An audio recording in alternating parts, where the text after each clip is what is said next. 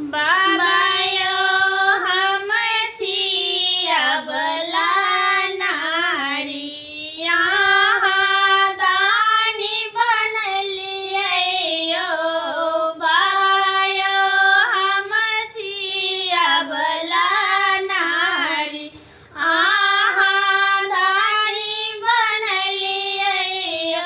ओ बाबायो ध्यान अहीं पल गेलियै, अहाँ यास पुरलियै यो।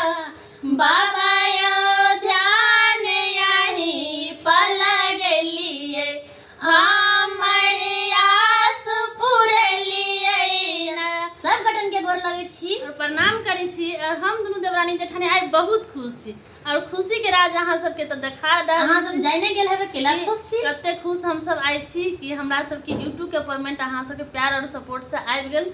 तो बहुत खुश छी हम सब के ला कि अते मेहनत कैला के बाद मतलब गांव समाज में तो ताना सुना के मिलबे कर छी, लेकिन फिर भी हम सब हर तरह ताना के पछाड़ी भागल लेती त आई पैसा ही हाथ में पहिने नहीं रहती नहीं देखती। तो हम सब अहाँ सबके जब प्यार आशीर्वाद है तो हमरा सबके कोई टेंशन नहीं है कि के की बजले या नहीं बजले। तो हम सब टेंशन नहीं ले। अहाँ सबके बहुत बहुत दिल से धन्यवाद दै छी कि अहाँ सब एते हमरा सबके प्यार और सपोर्ट दिली कि एक साल में हमरा सबके चैनल मोनिटाइज भ गेल और पेमेंट सेहो पाबि लेली।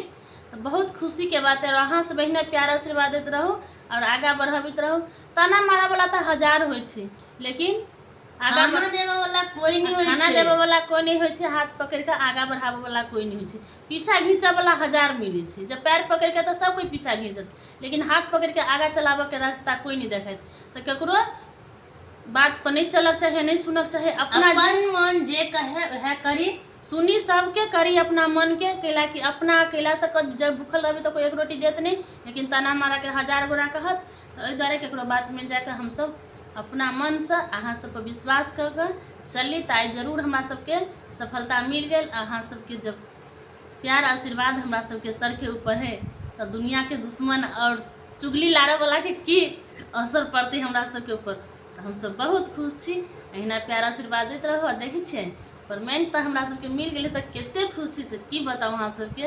आई पाई अहाँ सबके प्यार आशीर्वाद से हम सब पहलिया ए सपोर्ट अहीं सबके लिए अहिना करैत रहब, अहिना आगा बढ़बैत रहब। हमरा सबके भूल जेबै तो हम सब तो झूल जेबै, अहाँ सब नहीं भूलबै तो अहिना हम सब आगा बढ़ते रहबै। और बहुत प्यारा सा झूमर गीत अहाँ सबके सुनाब, अहाँ सब जरूर सुनबै, जरूर कमेंट करबै। बहुत प्यारा सा झूमर गीत है। खो गइले पे मोर